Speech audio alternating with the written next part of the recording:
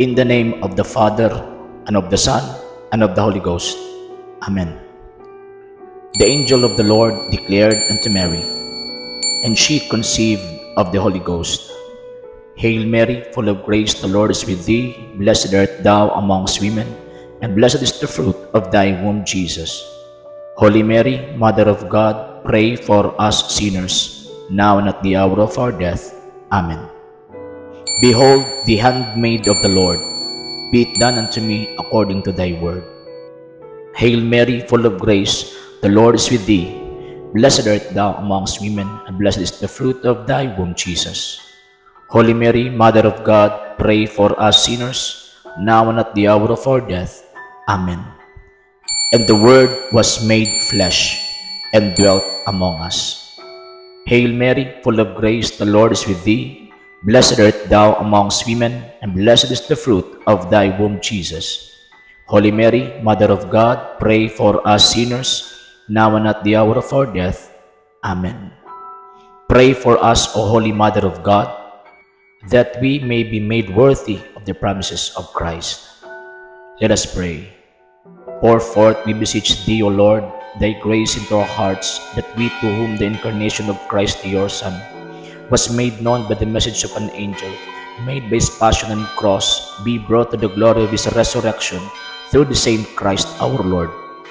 Amen.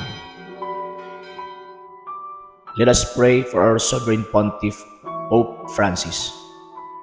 Thou art Peter, and upon this rock I will build my church.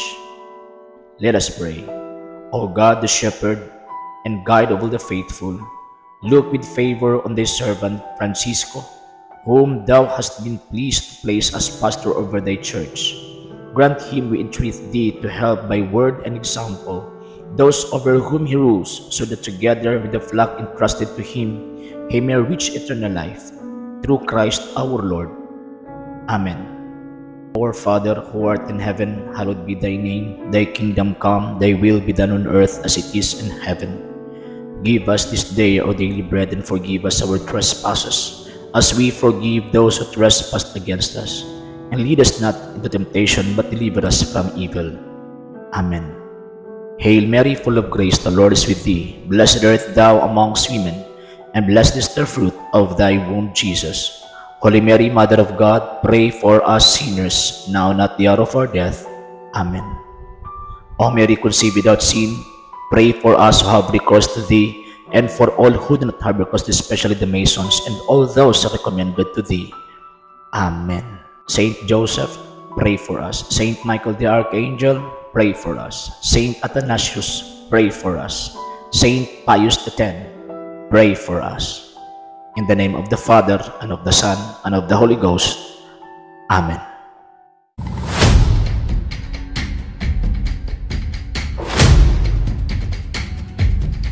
Okay, naana si Mr. Magwayan. May gabi, Mr. Magwayan. May gabi po. So, ang atong topic, ang sektang gitukod og tao makahatod sa sa kaluwasan. So, muna topic ato ron. So, unsa man imuhang tawag ining pangutana?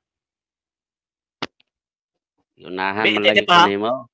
Sabot ha. Pag ikaw ang tawag anang mo insist sa imuhang tawag ining argumento, kitagaan ko nimo og kanang responsibilidad nga mangutana nimo. Pero karon imuha mang ikaw may pangutana, o sige pangutana. Mudawat ko siyang pangutana, pero samtang magtubag ko dapat mohilom ka. Okay.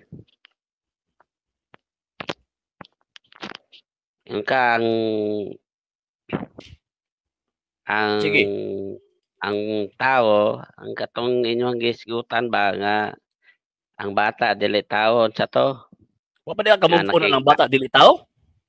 Wa pa di mo ka move on na. Samon mo oy? Hello. Wala pa di mo ka move on ng bata dili tao? Kumana man lagi pang tubag na mo na. Dugero lang gitubag na. Sige, pumaka ka move on, sige, go ahead. Kamoro. Wala man mo ka move on god. Ato nang balikod. Oh, mamaliktad pag yug ka. Ikaw gani na unang nag-isgot gani karon kami na nung ka move on. Ay ko baliktara ba? Kay mo ni tawag anang lisod ba kay kada bitong wala bugtang murag uwak ba bisag katangkag na mo hipog wa. Kay siyempre nag-topic ko ka na nga sa imong tubag na pa imong mga alagad dira nga nagsige ana Dili, nga ang ang imong bata ipangutana kuno kining akong topic karon. sa to. Minaw. Ang imong ipangutana kining akong topic karon. Nga kanang sektang gitukod og tao mahiadto kas kaluwasan. Mo ni akong topic karon eh. Wala ka naminaw. Iguro man ko nagtubag sa mga pangutana. So ikaw may nag-open na karon ang bata mahitungod ang dili tao. Baby sige na unsay imong ipangutana ana bi. Sige daw. Sa akong pagsulod na ako'y tumong nya sa akong pagsulod mo tumong dahil insist. Dili ikaw ra may nag-insist anang imuhang tumong kinaman na amatay ka galing yung topic diri. Ikaw gani una ni open anang bata dili tao. Mao Wa pa di magka-move on ana.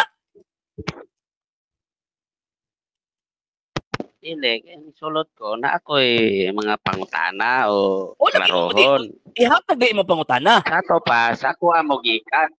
Sa kuha mo gikan dili sa imuha. Dili man na maguti topic Mr. Magwayin. Nati topic ba? Klaro ang title o sektang tatag ng tao makahatid sa kaligtasan. Nya maghimo kag imuhang kaugalingong topic. O sige ato na lang abrihan na kay di man ka makabarog og kining topic nga atong topic ron. Sige, unsay pangutanan nimo?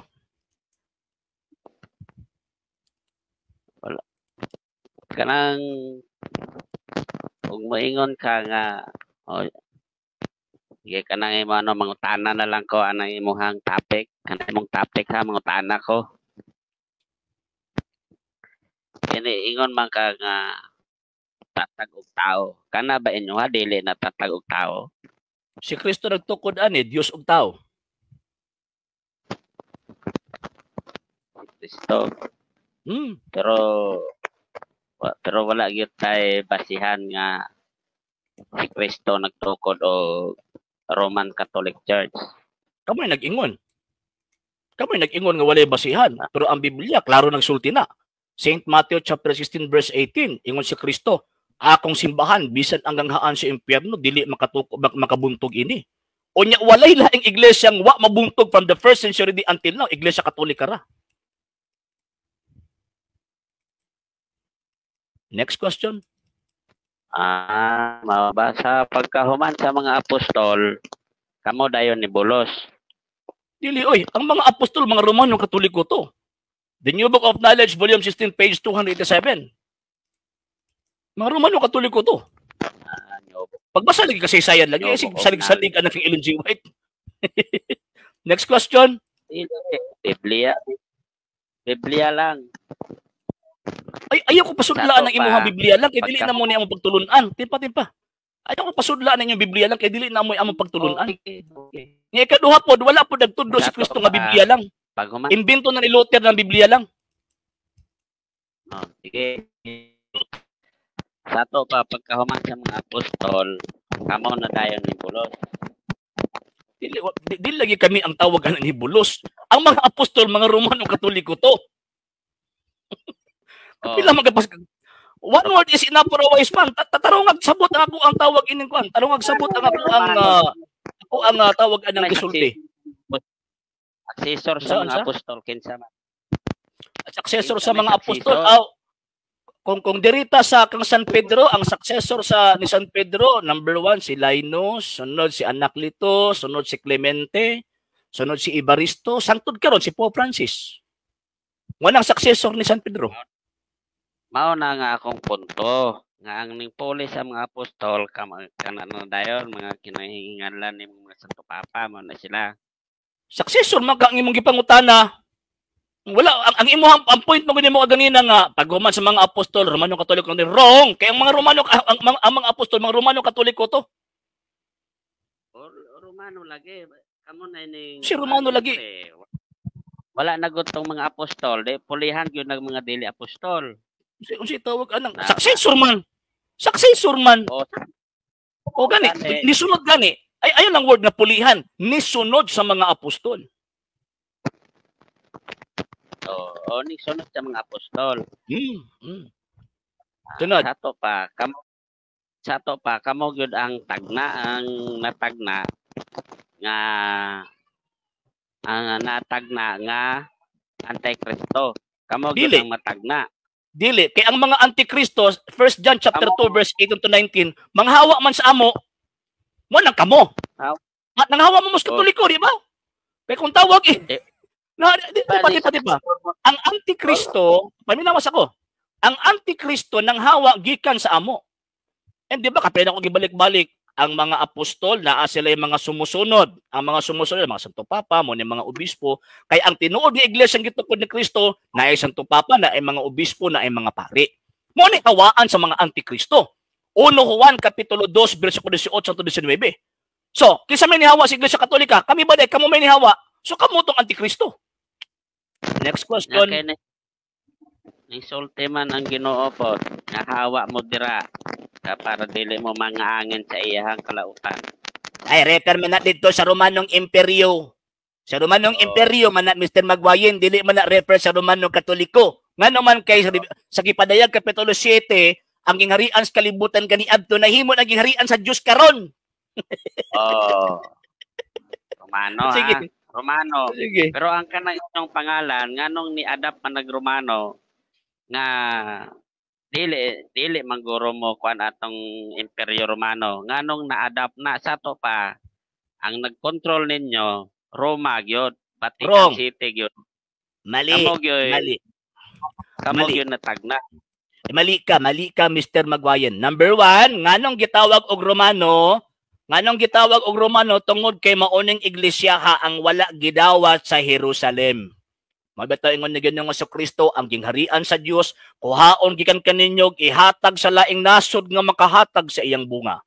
Unsa mang nasura ang nakahatag og sa iyang bunga? Roma 1:7-8 maunang gitawag og Roma. Number 2, nganong gitawag og Romano tungod kay ang pangulo sa mga apostol nga si San Pedro nga gi-appoint ni Ginoong Kristo didto pinakatapusan nag-office og namatay anang lugara. So, buti pasabot, ang center of authority, wala na sa Jerusalem, kundi naa sa Roma tungod ni San Pedro. Dili tungod kay Romano, tawag anong pangrasa? No, wrong na.